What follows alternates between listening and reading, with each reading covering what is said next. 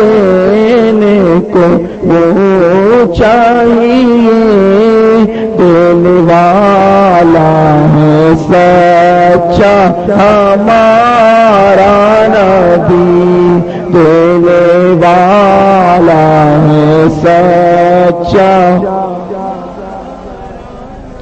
اور جس کی دو بوند ہے کوثر و سلسبیل، جس کی دو بوند ہے کوثر و سلسبیل، جس کی دو بوند ہے کوثر و سلسبیل، ہے وہ رحمت کا دریا ہمارا نبی۔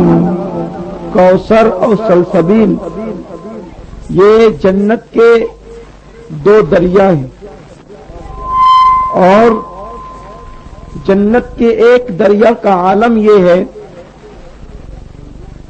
کہ زمین اور آسمان ساتوں زمین کے حصوں کو پرت پرت کر کے ایک کر دیا جائے اور ساتوں آسمان کو پرت پرت کر کے جوڑ دیا جائے تو بھی وہ کوثر اور سلسبیل کے 1000ویں حصے کے برابر نہیں ہو سکتا، اور وہ اتنا بڑا کوثر اور سلسبیل مگر وہ ہمارے سرکار کے آگے کتنا ہے؟ جس کی دو بوند ہے کوثر و سلسبیل، جس کی دو بوند ہے کوثر و سلسبیل، ہے وہ رحمت کا دریا ہمارا نبی، ہے وہ رحمت کا دریا۔